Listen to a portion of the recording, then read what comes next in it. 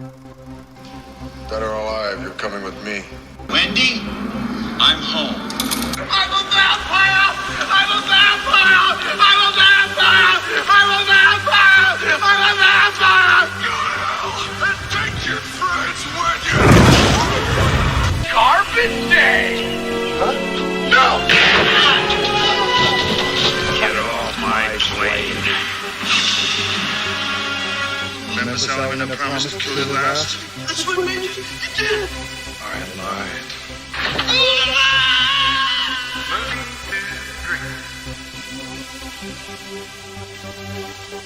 Well, just start. Just start. Just say something. Hello. Welcome to welcome to another episode of Movies to Drink To. I don't usually do the intros, so that's why it was all awkward and weird. But I can cut that out, so it won't sound awkward and weird. And this bit out. Right. Do you want to do it again? Cool, yeah.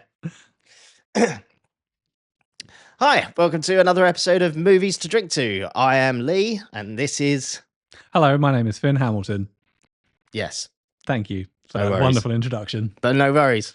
It's been a while since we recorded. It's been so long. In fact, Lee's gone bald. Yeah, I know, literally it all fell out. It was the stress of waiting to record. It just went. So, this is our Christmas special. Here is your card.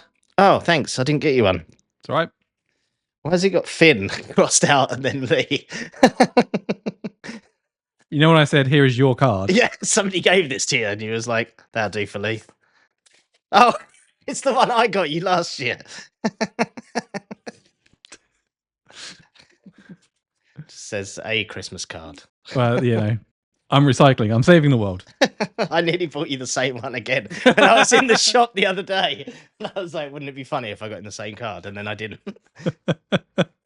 So, this episode, we were originally going to do something completely different, and it wasn't even a Christmas-themed film, but then we abandoned it last minute. I abandoned it last minute because I found something else, and it's terrible. Yeah. We are doing Don't Open Till Christmas from 1984. That's the name of the film. It's not an instruction if you're looking at this video. You can watch this whenever. Directed by Edmund Purdom. Yes. It stars Edmund Purdom and others. I never heard of this guy. No. I think he was big in maybe a TV actor in the 50s. This is a British movie, by the way. Yeah. A British slasher movie. Yes. From 1984. Remember, this is the same year that Silent Night, Deadly Night came out. Yeah. Yes. Which is a fantastic Christmas but terrible movie. Yes. Fantastically bad. Yeah. Yeah, the other guy that's in it, the one who plays Powell, was in Star Wars. Oh, who was he in Star Wars? He was one of the, because he was British, so he was obviously one of the Empire. Yeah, of course. Yeah, but I couldn't figure out where I knew him from. Like, he's got a very sort of familiar face. Right. And I looked it up, okay. and it's Star Wars. Ah, there we go. Don't Open Till Christmas, the plot of which beeth... Hold on. I always have this ready, and I forgot. Right, the plot beeth... Somebody with very little Christmas spirit is killing anyone in a Santa suit one London holiday season, and Scotland Yard has to stop him before he makes his exploits an annual tradition. So, yeah. You don't like Christmas. This could be you one year. It already is. Like this. Are you going around killing... Yeah, this is based on my killing spree around London in 1984 when I was 5. Our story begins at night in London with a dude dressed as Santa who's waiting for his darling wife. She arrives... and Mrs. Claus. Mrs. Claus, yes. She arrives and they stroll off into the night. Cue heavy breathing. It turns out we've actually got some POV action going on, Yep. which we didn't quite realise, but now it is. I'm guessing the breathing is from... This is the killer. Yeah. He's getting all hot and bothered. The POV action does mean that this man, our killer, was stood right in front of this guy. Yes. And he still didn't see him. No. Because, I mean, it's not like it's peeking from behind anything. It's just staring at him. So there's a guy staring at him and then he wanders off with his wife and he's like, starts following and also, him. they're the only two people on the street. Yeah. There's nobody else around. Yeah. So he's just stood out at night on the street. Staring at this guy. Yeah. He's just got a guy stood across the road just staring at him. Yeah. This guy doesn't pay him any attention, like he's invisible. Yes. The couple, they get into the back of a car that's parked in a dark alleyway. I don't know how he's going to drive from there. The killer slowly approaches, all in POV, this still, as the couple are getting hot, and heavy in the back. Yeah, and he walks around the car. He does walk around the and car. they still don't pay him any attention whatsoever. No. And it's not like he's like, again, not creeping. He's just like wondering, and he does like probably 2 or 3 rounds of the car before this bloke goes, "Oi, get out of here!" He tells them, "Clear off, clear off." That's it. Clear off. The woman is not bothered though. She seems to like being watched. She's in the mood. Yeah. So they carry on. Eventually, the man has had enough. He cannot perform. Yeah. Whilst this person is watching. He's got performance anxiety. Yeah.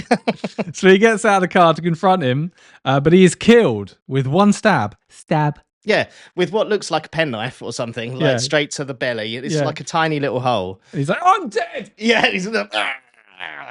And then the woman gets out, like tries to run away, and he basically does the same thing to her, just jabs her in the belly with a tiny knife. Now, I'm no doctor, but I believe these injuries were survivable.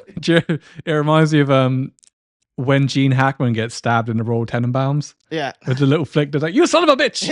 She's like, "Oh, please."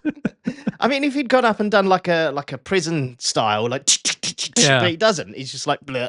And the guy's like, he milks it as well. And she's screaming. And again, little jab in the belly, dead. I mean, she wasn't dressed as Santa. No. And he was only half dressed as Santa. Yeah. So already there's motives falling apart. Yes. Cue the opening credits with a creepy Santa on fire.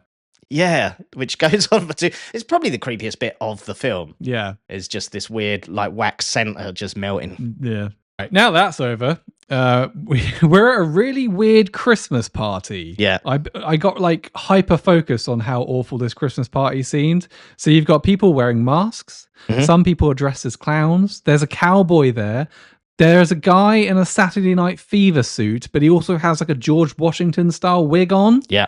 The music is really bad, and there's tinsel hanging from the walls, and the color coordination of the decorations is non-existent. I'm just like, ugh. Yeah, it's terrible. It's a nightmare room to anybody with any kind of OCD. I want to say it's like a typical 80s party, but it isn't. Like, it's just awful. And then the choice of costumes as well. It's like somebody thought it was Halloween. Yeah. It's like nobody was sure what the theme was.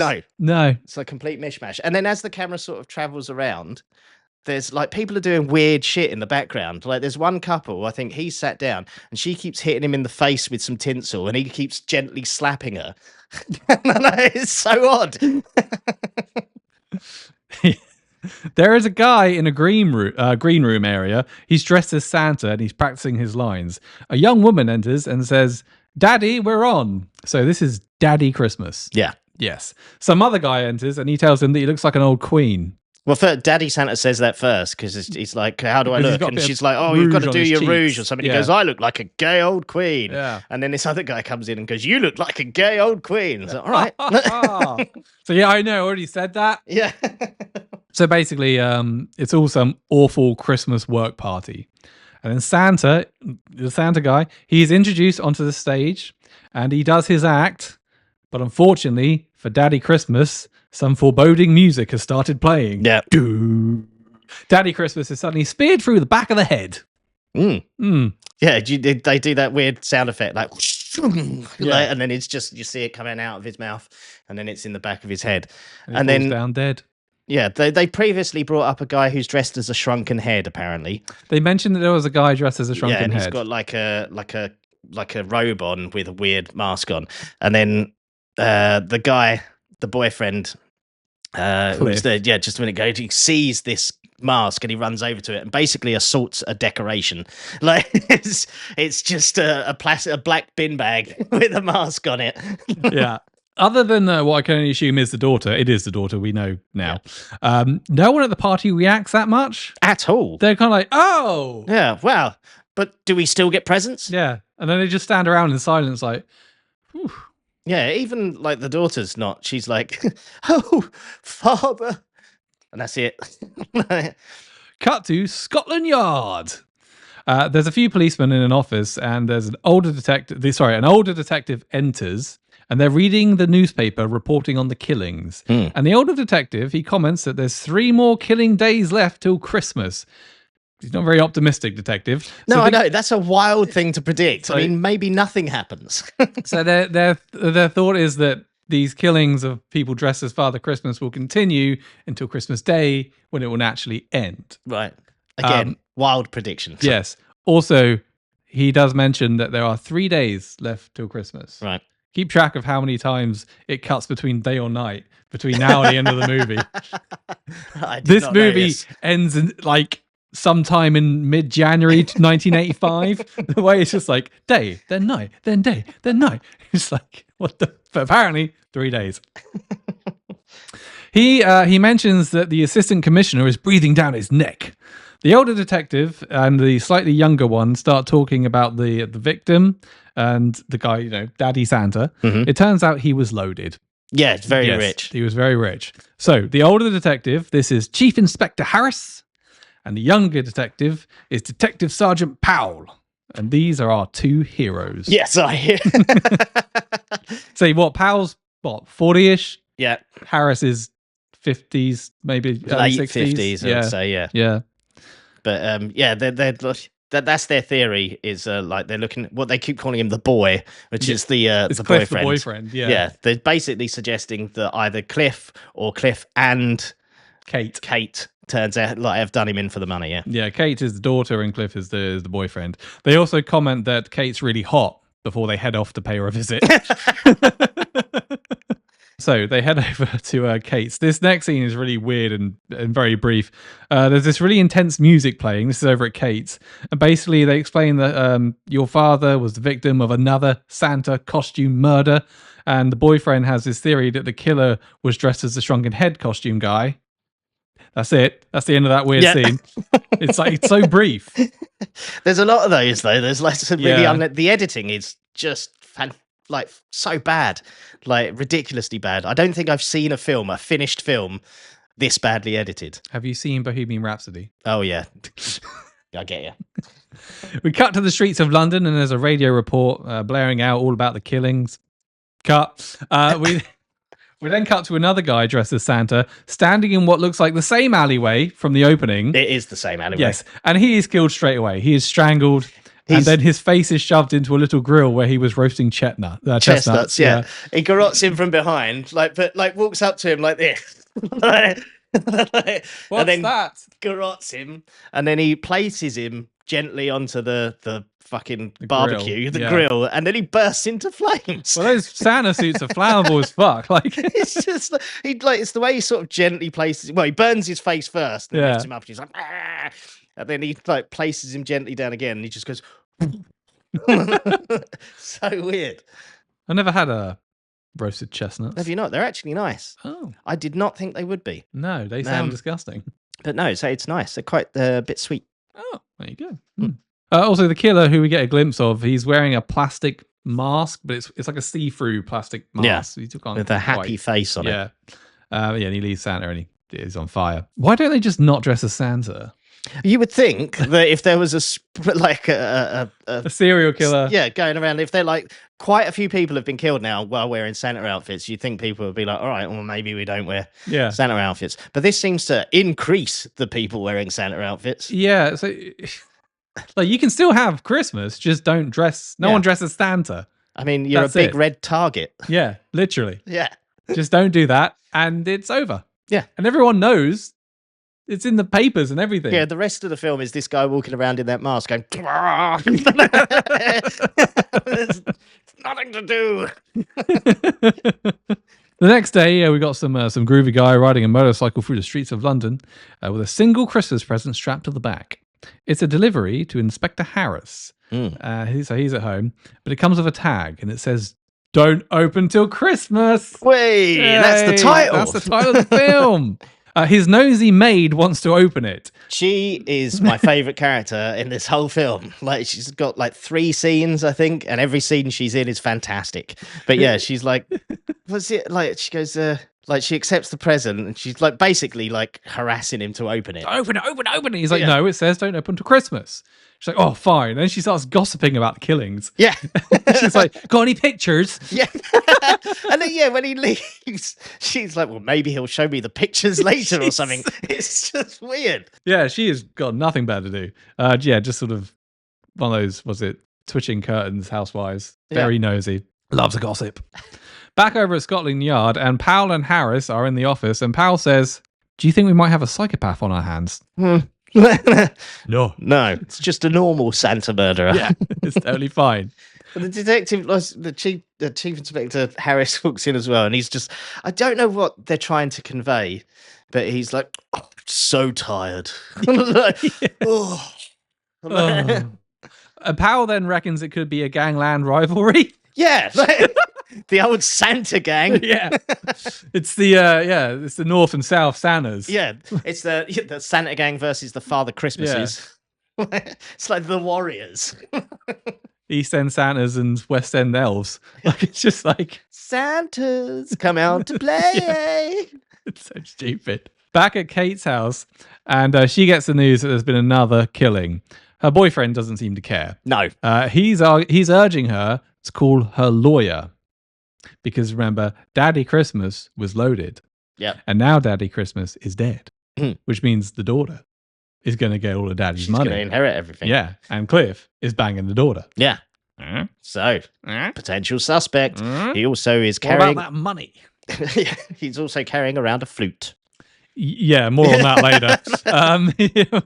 And we then cut to a journalist named Giles, who's making a call to Powell from a phone box. Giles makes some shady, totally unclear proposition to Powell. He's like, forget Harris. It would help your promotion if you were the one who caught the killer. Yeah. Yes. So this would suggest that he has information on who the killer is. Yes. But and he's also being deliberately vague. He's got some beef with Harris. Yeah. Or he's got a thing for Powell. Yeah. Yes. It's incredibly vague. Mm. And Giles then hangs up like, ha, ha, ha. Yeah. It's like, I've planted some seeds there. You've just confused everyone. Yeah. one knows what the- Including Powell. Yeah, He's like, he's just like, the fuck? That night, we've got another Santa in an alley. Ugh. This one's drunk. Yep. He Hackling gets- away to himself. Not even ho-ho-hoing. Yeah, he's Just like, he gets shot in the face. yeah. And carefully lays himself down. Like, Ah, my face. yeah. I'm dead. Just places himself on the ground. Like this? Yeah. Is it like he gets some, he's literally, as he's laughing, he just puts it in his Yeah, mouth. in his mouth and blows, and you can see all his brain at the end after he's lied down. End of scene. The next day, it's already Christmas Day. I did not notice it. According to the editing, it's already Christmas Day. The next day, Kate is taking a stroll somewhere, and then she bumps into Giles, the journalist. She does not want to talk to the press, and she walks off, and he says, Merry Christmas, and that's the end of the scene. Yeah. Yeah. So he's a bit suspicious, as Giles. That night, Harris is leaving Scotland Yard. He walks through the streets, and we get to see all the festivities of London going on. We then cut over to outside of a tube station where Kate and her boyfriend are busking. He's playing the flute. Yeah. Badly. So, Kate, what I've deduced from this particular scene, because Cliff there is busking away, Kate is there helping him. So Kate has never worked a day in her life. No. Like, she has no money, otherwise why is she out there busking with Cliff? And that means that Daddy never gave her any money either. Yeah. So, like, it's When you that's say not- helping him, she holds the hat. Yeah, she holds the hat out. But she's like the lure. The eye candy. Yeah, the eye candy. He's the And he's- talent. Yeah, because like flute buskers are Yeah. rare. And then a friend of Cliff's arrives. This is Jerry. Yeah. Kate fucks off, and Jerry and Cliff, they have a catch up over a drink. Turns out Jerry is a photographer. Jerry convinces Cliff to come to his place and bring the blonde. That's Kate. She's blonde. Yeah. And fit. Well, for 84. As because Jerry is one of those photographers from every 80s movie. He takes topless pictures. As soon as a photographer appears in any 80s movie, he's sleazy. Yeah, and ugly as fuck. Yeah. They're always fucking ugly. and they take pictures of naked women. Yeah. And sleep with the models. Yeah. That's, yeah. We then cut over to Jerry's, where, yeah, sure enough, he is taking pictures of a model, nudes, a beautiful blonde. Kate and Cliff arrive. Kate is not impressed. No. And Cliff explains to Kate, I'm going to need you to get naked for my mate. Yeah, it's at this point, it's like Cliff has never met Kate. Not at any point has Kate suggested to me that this might be something she was into. Or he just Like- has the biggest cojones in London. Yeah. I mean, she's been pretty, like, standoffish, even to Cliff, for Yeah. most of the film already. To make matters worse, Jerry wants to dress her up as Santa. Oh, yeah, he pulls out the Santa outfit. She's like... She storms out. Santa! But this is Cliff's moment, his big acting moment. Like, he grabs the Santa outfit and he goes...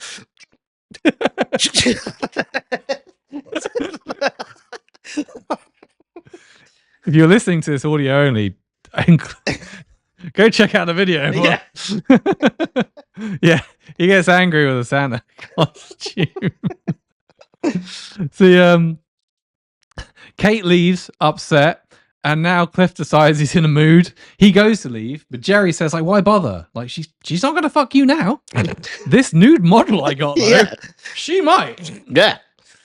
Later that night, it cuts to later in the evening, and Cliff is leaving Jerry's place with the model. They're stood outside Jerry's place, and she whips her tits out. Yeah, she's like... She wants him. She's got the Santa outfit on and nothing else, basically. So, like, yeah, she goes, like, she starts slagging off Jerry's, like, photography skills. She's like, Jerry's missed all the angles. I didn't. That doesn't mean anything. No. No. But yeah, then she's like, look at my tits. Yeah, also, when she's dressed as Santa, but, like, it's kind of just the hood and cloak. She's not wearing Yeah. a beard. No. Can you imagine? No. But it's like, Cliff goes, oh, the police will show, like the police will come, and the police do come. Yeah. Like, and they look over, and Cliff is more worried that they'll think they're a couple of gays. Because she's dressed as Santa. She's dressed as Santa. So, yeah, two police officers arrive. Hello, hello, hello. And obviously, she's kind of butt naked. So Cliff and the model run off, and the police follow. Cliff ditches the model because he's a piece of shit. And the model hides by herself in a dark alley. And by the way, yeah, obviously, yeah, she's still wearing the Santa suit from earlier. She turns around and comes face to face with the killer in his creepy mask. Yeah. He's got a straight razor, and he runs it down her exposed body, not cutting her, just kind of pressing it down. Not even touching her, just like and she's just stood there the whole time going like, she has ample opportunity to run away. But he doesn't kill her. No. He sulks back into the darkness, leaving her unharmed, traumatized, but unharmed. The next day, which is like Boxing Day by now, Harris and Powell are paying the model a visit. The model is sat in her bed, and Harris informs her that she should have stayed at the station because despite what happened last night, she was actually arrested for indecent exposure. Just let it go by accident. I mean, that's typical of the British Whoopsie. penal system. Yeah. She says indecent and then exposes her tits once more and says, I'm a professional, thank you very much. She's learned nothing. It's the best bit of the film. Harris wants some answers. Like, where was Cliff when this happened? Good question. But Harris then suddenly leaves for no reason. Or he doesn't give one. He's just like, I have to go. Yeah. Leaving Powell with the model. Yeah, he goes, you could stay here. And he's like, all right, then. And he just sits on the bed. Yeah. And then just is mean to her. Yeah. The model mentions to Powell that the attacker's eyes seemed like they were smiling, probably because he was staring at some titties. Yeah. Yeah, smiling eyes. But yeah, he doesn't. There is no rhyme or reason. It's never explained later why he didn't kill her. No. But it's just Not at all. He just decided not to. She had tits out. I guess. He was just like, wow. Yeah. Well, you deserve to. You deserve to live. Yeah. Yeah. Yeah. Meanwhile, over at a peep show, do they still exist? I believe so. I think like around sort of Soho and stuff like that. I don't know. For those that don't know, a peep show is where you go into like a booth, and then there's a glass partition, and on the other side of it is a woman doing sexy stuff. Yeah. Yes. And you put money in. And the light comes on? I I just remember there was one in Blade 2. Yeah, There's like a peep show thing, they isn't popped there? up in quite a lot of films. They're a thing in they were definitely a thing in like the 80s in like New York and stuff as well. Ah, yes. So we're at a peep show. A guy dressed as Santa is going to see some titties of his own. He goes down into the booth, and on the other side of the glass is a young blonde. She says, "So Santa, did you bring me any presents?" And he's like, "I'm not really Santa." Yeah, he did just Fucking idiot. Doesn't She's he, like- flirting. She might believe in Santa Claus still, and he's like just ruins it. I'm not the real Santa. Play the part. It also turns out that the blonde's mother owns this place. Nice. I did the whole the blonde's character is just weird in general. Like, Yeah, this is all pointless exposition because we know what's about to happen. yeah, And sure enough, our killer appears behind Santa and stabs him in the neck. nope. Yep. Another one. We cut over to Kate's place and Cliff is bandaging up his hand. I don't know how, but he hurt his hand somehow. Yeah, He's, well, like, he said he went bandaging up. back to what's his name's house, the photographer's house, and he goes, "That's how I got this." Like punched him or something. Right, sure. Okay, Cliff. Yeah, all right, Cliff. Yeah, he's like fell over or punched a wall or something. Unsurprisingly, Cliff and Kate are arguing. He's blaming it all on Jerry. Smart move. Mm. It's not working, though. Yeah, she's not having any of it. The doorbell rings and Inspector Harris arrives. He has no news, but he's come to ask where Cliff was last night. Kate covers for him and says that she was with him for Yeah, some reason. even though they've already spoken to the model. Yeah. He's like, yeah, Kate left and he was with me. Yeah. Like He's and like- stuff. This is where Cliff is, because Cliff switched on. This is where Cliff figures out that he's a suspect. Well done, Cliff. Yes. Yeah, Cliff calls him out on this, and Cliff, because he was actually with the model, and then Cliff, it dawns on him that he's a suspect, like, oh. Harris leaves, but as he's leaving, Kate asks if she can come see Harris and talk to him somewhere less public. Yeah. So Harris gives her his number. Smooth. Yeah, and he's like, there's not many of these out there. Yeah, all right. Yeah, I've got no just friends. about the case. Yeah. That evening, Boxing Day evening, over at Scotland Yard, and Giles, the journalist, has broken into Powell's office, and he This catches is where him I there. wrote in my notes. Giles, who is definitely the killer, Yeah. somehow got into Scotland Yard. Giles is trying to drive a wedge between Powell and Harris by suggesting that Harris doesn't keep Powell in the loop. Giles leaves. Yeah, but now But he's no one's like, you've broken into Scotland Yard. yeah. But I'm a journalist. It doesn't matter. Yeah, it goes like so and so showed me up. Like Bill showed me up. Whatever, and Oh, he's like, Bill. oh, Bill.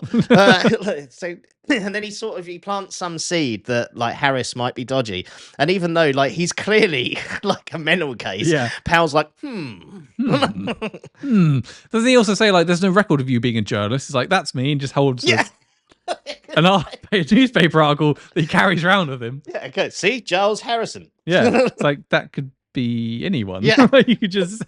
Yeah. Just after he leaves, Powell makes a call for one of the boys to follow Giles. Keep that in mind. Yeah, He has a tail, right? A police tail. Sometime later that evening, and Harris is out and about on the streets again. Powell, dressed like Inspector Gadget, is following him from a distance for all of about 30 seconds so he loses him. yeah. he's like, terrible. I'm pretty sure at one point he's looking directly at him, and then the next minute he's like, oh, I've lost him. He's such a slippery guy. He's Yeah. like, he's literally just walking through a Christmas market. Like, Yeah. oh, fuck, where's he gone? I was dazzled by the lights. Yeah.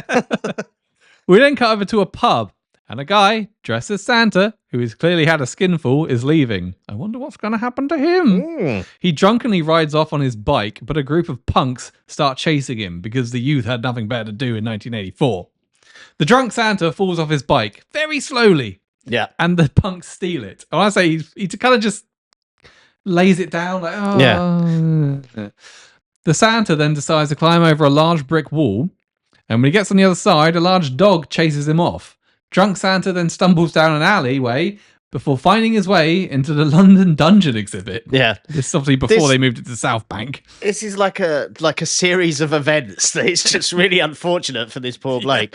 He's chased by punks who like shout things like come Nods. on, yeah, come on, Santa, give us your bike and stuff like. And then he climbs over a wall to get away, gets chased by a dog, like falls over, runs into the London Dungeon, like knocks a woman flying as he gets into the London Dungeon. The killer who has showed up out of nowhere, Yeah. follows him into the London dungeon.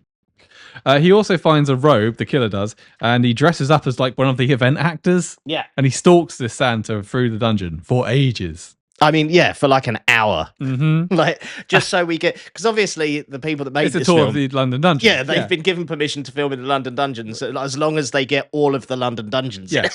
Show it up. It's a lot better nowadays, people. Oh, mate, yeah, this was... I remember going there, like the first time I went there must have been late 80s because I was a child. I went as a kid, so it would have been late 90s. Yeah. Yeah. I've been to the new one at South Bank now. Yeah, I've been to the new one Yeah. since. But yeah, the first time I went was this one where it is in this film. But still, I remember the exhibits being better. You were a child, though. Yeah, So, this is yeah. true. This is true. Oh, yeah. At one point, the Santa gets scared by a guillotine. It's not He real. lays mate. his hand on it. And he's like, "Whoa!" That's the fucking least of your problems. Yeah. There is like there's a dead naked woman hanging upside down. Is she meant to be real? Because she looks Yes, real. that is the woman that he knocks over, and then when the killer walks in, she looks at him and he stamps on her glasses, and she goes, "Wah!" And then the next time you see her, it's her hanging from the. So he's had time to kill her basically And undress her and hang her up. and hang her up while drunk Santa has been wandering around seeing the London dungeons. It's quite nice, actually. Might bring the kids next year. Eventually, the killer sneaks up on Santa and he stabs him a couple of times in the stomach. End of scene. Yeah. Obviously, he dies immediately. Well, he keeps throwing like large, clearly fake circus knives at him. Oh, yeah. It's like dunk. And then eventually just kills him. I don't know what he stabs him with. Like it looks like because he's carrying some sort of cross in one like fleeting like shot of him where he's dressed up with the hood. So I don't know if it's that supposed to be that, but it seems like a wasted opportunity if it is because you just see it go. That's it. A bit later, or the next day, who fucking knows, back over at Kate's place, and her and Cliff arrive home. Cliff points out that it's weird that Harris didn't show up to the inquest. Yeah. Also, there's sexy jazz music playing throughout this entire scene, which makes no fucking sense. And then Kate aggressively offers him a coffee. So Yeah. She stops. She goes, "Do you want a coffee?" And out of nowhere, Cliff says, "I'm the one that loves you, not him." Yeah, they're chatting about something Cliff or is other. suddenly jealous of Harris. Yeah, even though there's been no Yeah. like, But he gave you his number. yeah, I'm the one who loves And there you, aren't many of not them him. around. Yeah, you're just creating a love triangle out of nothing, Cliff. Over at Scotland Yard, and Powell is chatting to a younger cop, and he advises him that Harris is in a bad mood again. Enter Inspector Harris, and yes, he is in a bad mood. He's been getting shit from. I've been getting shit from the commissioner. He feels like he's about to say something else. He goes, "That man upstairs." They have decided, right? You remember we mentioned earlier, like, well, let's just not dress as Father Christmas. No, they've decided to dress a load of cops up as Father Christmas. Yeah. They've done the opposite. Let's dress more people up as Santa and send them out into the streets of London as decoys, bait. Is what they actually mean. Because these are highly trained policemen in 1980s London.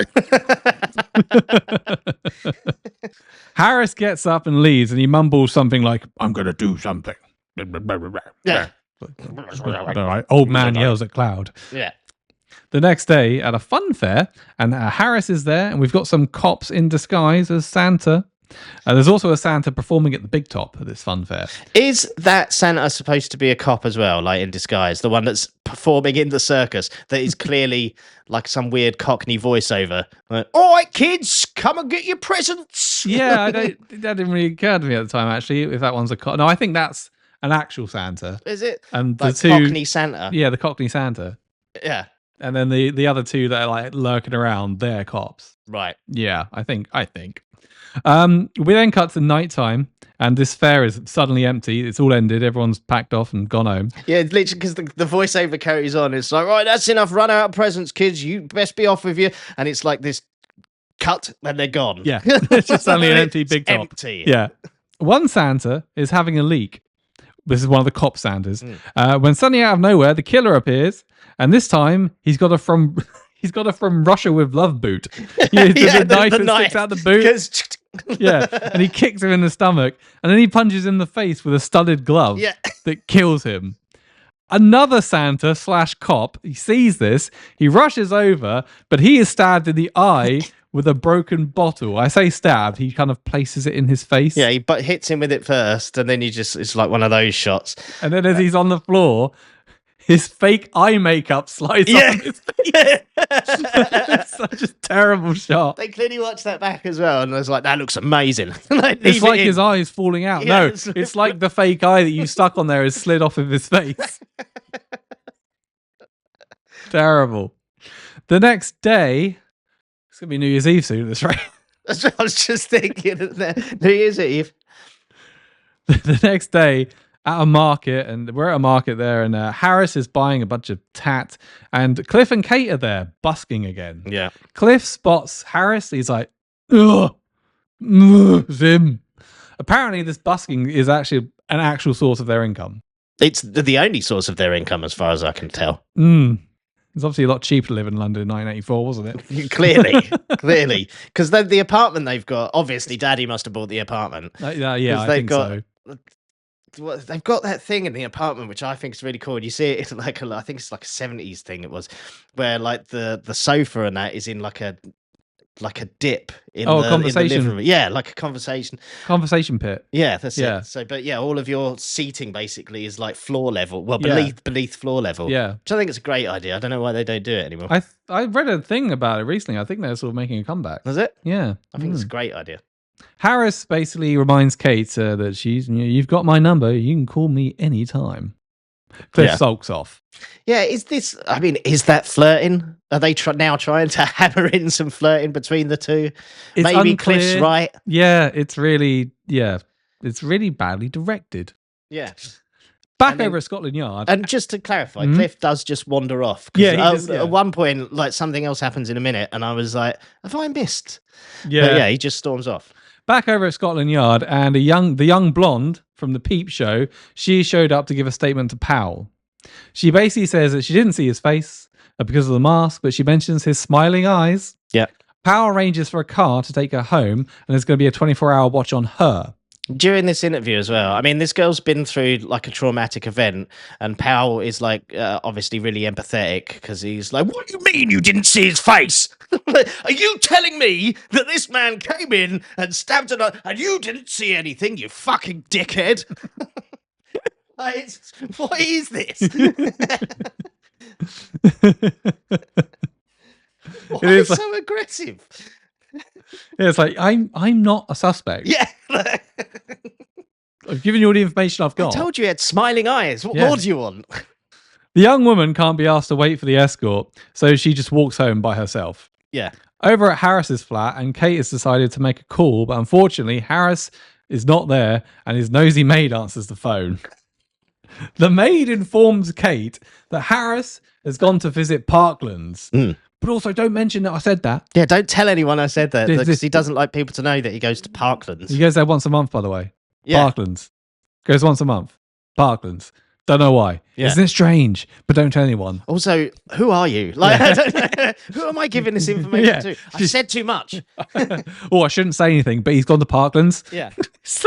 She's terrible. And then the conversation ends. She stares directly at the camera. It's fantastic. She's just like... Parklands is a nut house, by the way. Yeah, we find out later. Mm-hmm. But yeah, Harris, he goes there once a month. For some reason.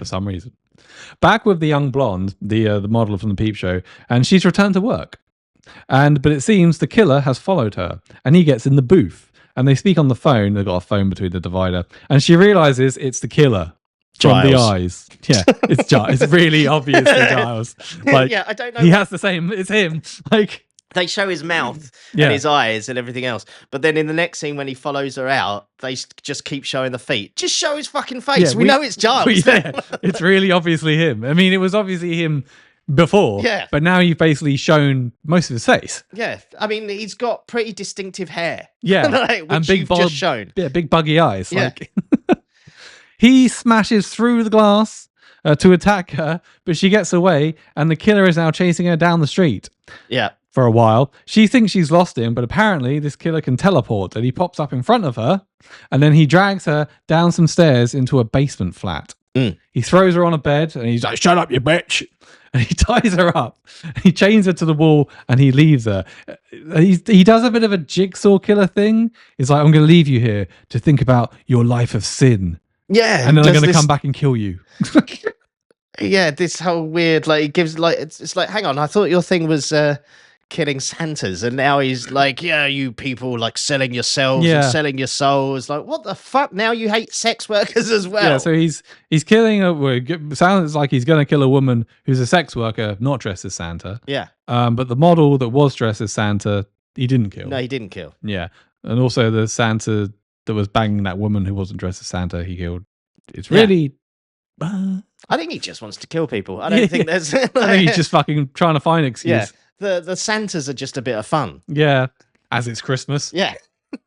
Later, back over at Scotland Yard, and Powell is on the phone to Harris. Like, it's never established that it's Harris on the phone. You have to, like, deduce it from the conversation. He's like, "What, you're off the case, are you? Okay, bye." You're like, "So was that Harris?" Yeah. Because there's never a cut to Harris on the other end of the phone. At this point, I thought, we're not going to see Harris in this anymore, are we? Yeah, it kind of felt like it, yeah. I thought the actor's been, like, fired or something. And they're just, what do you mean you're off the case? Oh, well, it's great working with you, sir. Bye. And then Cliff enters. As it turns out, he's being held by the police, but because there's been another killing, so he's no longer a suspect, so they let him go. Did I miss Cliff getting arrested? That's what I thought. Like, that's what, because I did look away at one point during the whole scene where he storms off, and I thought, did they arrest him then? I'm not rewinding it. I don't care that much. But I was like, that's what I was going to check. So yeah, at some point that we don't see, they've arrested him, and he's like, "You've been holding me for 30 years or something." It's like, yeah, it was Christmas Day when I was brought in here, and now it's February. No, this is next year. Yeah. We had to wait all the way around to Christmas next year for there to be another Father Christmas killing, and now we know you're innocent, Cliff. He's free to go. You can go. But yeah, this never showed him being arrested. Anyway, Powell believes that he now knows who the killer is, somehow. Yeah. It's like, all right, so I thought it was Cliff, but now there isn't Cliff. I know it's this guy. This isn't Cluedo. Yeah. Where's the evidence? We don't need evidence. No. We cut over to Piccadilly Circus. Another drunk Santa is trying to enter Piccadilly Theatre because he thinks there's a party going on. The staff throw him out, but he soon runs back in when he's confronted by the killer outside. Yeah. So, the drunk Santa is now in the theatre being chased by the staff and the killer. There's two people going after. Yeah. Like, "Hey, what do you work here? What are you doing?" So they're chasing him around the theatre. There is a show going on, by the way, and with the killer and drunk Santa lurking in the backstage area. Yeah, there's a woman singing with, like, a band, and I mean, there's definitely no audience there. We are treated to the show, which the film basically now turns into a music video for a little bit. Yep. It's for about 3 minutes. The performance, however, it comes to a halt, and not a moment too soon, when the stage director orders a trapdoor lift onto the stage. And I don't know what was supposed to be on this lift, but I'm pretty sure it wasn't a dead guy dressed as Santa with a machete through his head. Yeah. Deserves another dead one. And as we've just seen, I mean, this guy was killed by a very slow knife. It was like literally like... So I reckon, like, which makes it more fun for me. Like, I like to imagine that he just got it to his face and he was like... Like, yeah, and it's across his face there. And looks shit. It does. We then cut over to Kate's house, and Powell has arrived. Kate has called him over.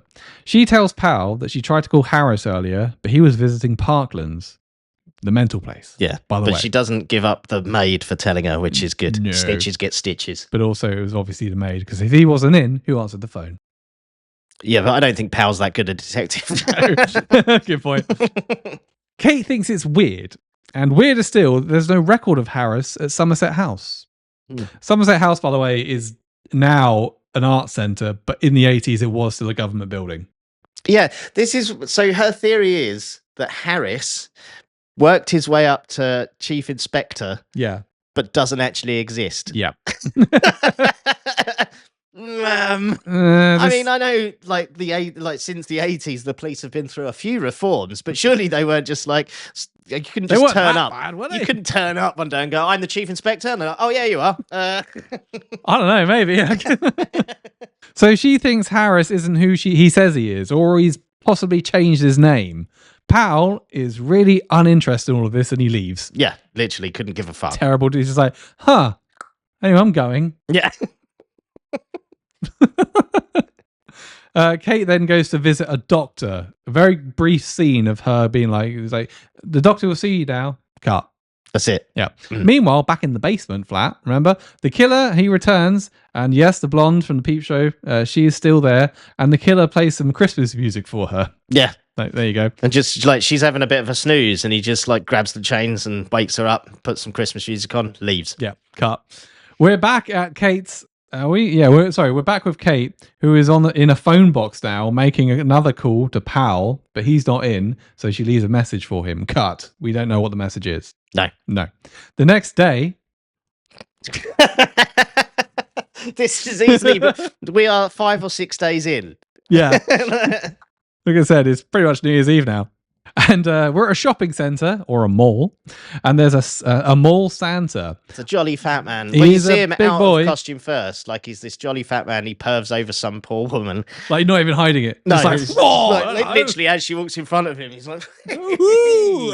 but he's a happy soul. He is. And then the next time you see him, he's like he's dressed as Santa. Yeah, he's in the toilet taking a piss when the killer sneaks in behind him and using a straight razor, cuts his dick off. Yeah. Yeah. The Santa's there, like, but he unzips the longest flies I've ever seen in my life. He's Like, got a big gut. and it's a sound in there. So the killer gets in, walks around him all the way, crouches down. Remember, this is a big guy. Yeah. And he's like, whoop. So yeah, he pisses blood everywhere, and Mall Santa, he bleeds out. He's found later by the cleaning lady. Yeah. That night, Kate arrives at Harris's place. Harris, he sets the mood with some shitty music, and then he puts the moves on, calls her pretty, offers her a drink, takes her coat, throws her coat on the floor. He literally just chucks it when she walks. It's like she walks in the room and he just throws it. They take a seat by the fireplace. Harris informs her that he's been suspended. He's no longer on the case. And Kate informs him that she's had a row with Cliff. And Harris is like, I see. Yeah. Tell me Still more. Not getting along. Oh, trouble in paradise, eh? Should we go to bed? Well, no, first, Harris decides to take Kate out to dinner. Yeah, So it they doesn't seem inappropriate at all. they head off to a restaurant. No wonder he's suspended. At dinner, Harris mentions it's Christmas Eve. Yeah. This night, it's Christmas Eve. Finally. Doesn't say what year. Cliff has also arrived at the restaurant. Yep. To confront them. Because he's, thinks that they're banging. But he's not admitted into the restaurant because he's not dressed for it. Yeah, he's not And dressed so for the he restaurant. leaves. He's kicked off. He's kicked Although out, I sorry. don't remember Kate being in like an evening dress or No, anything. but she's a Wasn't she in lady. like jeans. Yeah. But yeah, Cliff's not allowed in. This is where we say goodbye to Cliff because you never see him again. Oh, After this. no, you don't, do you? No, that's his final scene. No. He's just like he walks in and he goes, and he's escorted out. Like That's and it. That's it. Don't- Bye, Cliff. Kate is now at home later. Kate is now at home alone, and she didn't get lucky, obviously, when suddenly Giles appears in her house. Yep. Giles, the obvious killer, grabs Kate, and Kate tells him that she saw Dr. Bridle today, whoever the fuck that is, and she has worked out that Giles is Harris's brother. Yeah. Oh. And this Okay. the big reveal is that Harris changed his name because it used to be Harrison. Like Giles Harrison, the journalist. Oh. That was his big plan. Like, my real name's Harrison. Like, how can I throw the heat off me? Harris. Yes. So Harriet used to visit Giles at Parklands once a month, visit his brother, and he'd tell him about his police work. So Giles thought he'd give him some real case to work on. Yeah. This is his motive. So is Giles escaped? Yeah. But so who the fuck was Harris visiting the other day that when the maid grassed him up? And why hasn't Harris come back and gone, oh, my brother's escaped? Yeah. it's clearly got to be him. Yeah. And also, remember, Powell had a police tail set on Giles because Yeah. he thought he seemed a bit weird. So the police, he's had a trail on him for the last 9 days. But they never saw him kill anybody. Every time he kills someone, the cop is like, oh. I No, mean, he's still not doing anything. just then the phone rings and it's Powell calling. Kate goes to answer, but Giles strangles her with tinsel, lol. Yeah, because tinsel is renowned for its tensile strength. And then he stabs. Oh, fuck, it's broken. Yeah. Fuck, it's broken. Wait, I'll get another one. If I get loads of tinsel. He then stabs her in the stomach a couple of times. Yeah. So our leading lady is now dead. Yeah, she's made it this far through the film. Yeah. No, Like, so Cliff and Kate, who we started with, Cliff has just disappeared into the ether. yeah. And Kate is now dead. Yeah. Powell rushes over to Kate's place to find her corpse. Powell thinks Harris is the killer until he makes a call and he is told that because he had a police trail put on Harris as well. Yep. So he's told that Harris has been in his flat all night. Yeah. Apart from going out to dinner. It's one of those horrendously one-sided. Yeah, apart from that. Apart from when he left for a few hours with No, one that of was the... yesterday. Maybe. No, it was Christmas Eve, wasn't it? So the two trails he's put on the brothers, Yeah. one of them has been going around murdering people and they didn't see it. And the other one is like, oh, he's been in his flat all night. Like, he hasn't. He left for at least a couple of hours. The two cops that were supposed to be on these trails are actually together in the pub. Yeah. And every time somebody rings, they're like, oh no, he definitely hasn't left his flat. He's done nothing. But the phone call as well is one it's like you know that he's just repeating everything back. What do you mean he's been in his flat all night? Like it's like clearly you haven't phoned anyone. He's like, oh, I was terribly wrong. Powell gets word that Giles has been spotted and he now goes after him very slowly. But this killed me as well because this is clearly a scene between that copper and Powell that's been added kind of later because it's definitely not Powell. You just see his back, Yeah. like speaking to this policeman, and like of it because the next scene must have been them turning up at this garage or this tire depot. But they thought for some reason we need a policeman to tell him that he's been seen in this tire depot. Yeah, go there. Yeah.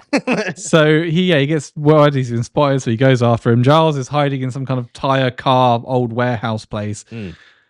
They're both sneaking around. Giles has set a trap for Powell, the stupidest trap in movie history. It's fantastic. He has used a car battery and jumper cables to electrify an entire car. And when Powell opens the door, it fries him. Not when he touches the door handle for the first time. No. It waits till he actually opens the door and then it shocks him. Yeah. And he is killed. And there's like smoke and sparks going everywhere. It's the entire budget was wasted on this scene. It's like Powell going, like there's just sparks going, smoke going everywhere. It's like, what kind of 4 a.m. fucking decision was this? Like, how about we electrify an entire car? Yeah, so he basically gets the jumper cables, clips into the car battery, and then clips the other ends to like the door frame on one side, and then he's like, it kills him and he blows up, and it's fucking ridiculous. It's fantastic. Back at the basement flat, and Giles returns, and he's bought the Peep Show model something to eat, so he has to unchain her so she can eat it. Yeah. He's bought her an apple. He's being weirdly empathetic. Giles moans about how much he hates Christmas. The model tries to remind him about how good Christmas is, and Giles starts wigging out. He's like, Yeah. She's So- like Santa come and bring the present. No, but she doesn't. Santa's the last bit. But she's like, what about like figgy pudding? And he's like, and she's like sneaking away from him. yeah, she to get takes a large the piece of wood. she takes the opportunity to smack him over the head with a piece of wood that just happens to be next to the bed. This It's whole like a time. 2x4 just there. Yeah. And she tries to escape, but the door is locked. So she turns to her kidnapper and she says, "Where's the key?" Yeah. She literally says, Where's the key? And he's like, oh, sorry, they are. But he doesn't give her the key. No. He throws her down on the bed, and then she throws the chains at him, Yeah. and then we cut to her outside the flat, Yeah. but still in the apartment building. right? Well, I Even though believe I'm pretty so. sure that the door was on the street because It that's how was they on got the in street, there. like down and went down it some was, stairs, yes. but that doesn't matter. No. And to make matters dumber, she's running up flights of Upstairs. stairs to get away. She gets to the top of the apartment building and starts banging on the door that's there, the penthouse, I guess, but nobody answers. Giles has followed her up the stairs and now has her trapped on the landing. He starts trying to whip her with the chain. He misses. The chain wraps around the banister. She then pulls it through the other side, and Giles, who has decided to not let go of the chain, is dragged and thrown over the banister and falls down the stairwell to his death. Yeah. This basically 5-foot woman and this guy like who's 6 foot something like and Yeah. like quite a big lump, but as soon as she just grabs the other end and yanks it, he's like straight over. Like nothing. Like he's made of straw. I mean, when you see him falling down the stairwell, that He's is a made guy of made of straw. The model heads downstairs to inspect his body, but he ain't dead. Giles jumps up and grabs her, but then we suddenly cut to Giles as a kid at Christmas at his parents' where there's a party going on. And there's the adults are there, and there's a guy dressed as Santa, and he brings him and Ian, which is Harris's first name, Which that we is mentioned Harris. earlier. Yeah, Harrison. Yeah. For some reason, Giles, who's about 5 in this flashback, his voice is dubbed over by the adult actor. All of the voices sound like they're being like recorded through a megaphone or something. It's all like they're all really echoey and weird. Is it a dream? Yeah. Or a And they, like, flashback? There's like small Giles opens his present and it's a fucking Swiss Army knife. And Yes. he's like immediately going like, Yeah. it's like any responsible parent would be like, oh, that's clearly not for you. You have to get stabby with it all of a sudden. Yeah, Supposed to remove stones from horses' hooves with it. Later, but still in the flashback, Giles heads upstairs with his new Swiss Army knife in hand, and he catches Santa banging some woman. I believe Santa is his dad. I think Santa's meant to be his dad, yes. Yeah, and the woman that he's banging is not his mum. No, because his mum then enters the room. Yeah. The Santa then pushes the mum down the stairs, but then it cuts to a shot and it looks like Giles has pushed her because he stood at the top of the stairs looking menacing. And yeah, it turns out this is all a dream anyway that Harris is having. Yeah. So Harris now wakes up Christmas Day, finally, 15 days after the 3-day killing spree leading up to Christmas started. Harris gets up for Christmas Day, lights a cigarette. Remember, he's got that present? That said Don't open till Christmas. So yeah, he takes it, and the note actually says it's from his loving brother. He opens it up, and it's a music box. Yeah, of Santa. Yes, it's also a bomb. Harris is killed. The end. Yeah, That's it. yeah. Such a thrown together ending. But yeah, he opens the music box and it's like, doo-doo-doo. But he has enough time to sit down, like, and start reading the paper, and then it explodes in the smallest explosion ever, like, which would barely have killed, like, would barely have burnt the desk it's on. And that's it. And yeah, it's like, I mean, everybody dies apart from Cliff. Do they though? Because we don't see Giles die. We don't see the blonde girl die. We just see him jump up apart at her. from Giles. I mean, it's alluded that everybody apart from the killer and Cliff live. And Cliff, yeah. Yeah. It's so many questions. It's so bad, and it's so badly put together. It's horrible. It's difficult to watch. It's kind of like it just kind of goes from like set piece to set piece of this is how this Santa is killed and this is how this Santa is killed. One with a gun, one with a machete, one with a studded glove. Yeah. It's just terrible. It's just fucking terrible, man. Weirdly, the guy who plays Harris, what's his name? Edmund Pondum or something. I can't remember now. Purdom. Yeah. He only agreed to star in it if he could direct it, and then he was fired halfway through. But still had to carry on acting. Yeah, still like carried on, unless they'd filmed all his scenes by then. Like, which is why nothing makes sense, because it's probably all filmed. Like, well, I mean, they film a lot of films like out of sequence, but yeah. So yeah, it was dreadful. Yeah, honestly, like, I mean, we've watched some fucking terrible films, but this is, I mean, it just feels like it was made by somebody who like barely even watched a film, like let alone ever made one before. Yeah, and the whole like the plot is so thin and nothing's ever like explained what's going on. it's like chunks of the whole film are missing. Yeah. Like Cliff being arrested and Yeah. And to start off with the character, like, I mean, Cliff is fairly uninteresting anyway, but to have this character from the very beginning, then just get thrown out of a restaurant and never get seen again. It's so weird. By the time you reach the big finale, Kate's not even the final girl. No. She's already dead. Then this random peep show girl who appeared 3/4 of the way through the film. She's now the final girl. She's the final girl. But then she doesn't. She dies as well. Yeah, maybe she dies. Yeah. Oh yeah, it's all over the place. Awful. Did you get any trivia about this? I got one bit, which was the only, apart from the whole what's his name directing it. So the film took almost 2 years to complete. Why? After original director Edward Purdom quit the job and Derek Ford took over, but was fired after 2 days. The distributors then hired Ray Self to complete the direction and Alan Birkinshaw to rewrite parts of the script, including the original ending and the London dungeon sequence. And much of the footage was completely refilmed. So yeah, it's a fucking mess. Wow, there you go. Yeah, that it was a disaster of a film to make and to watch, apparently. Ugh.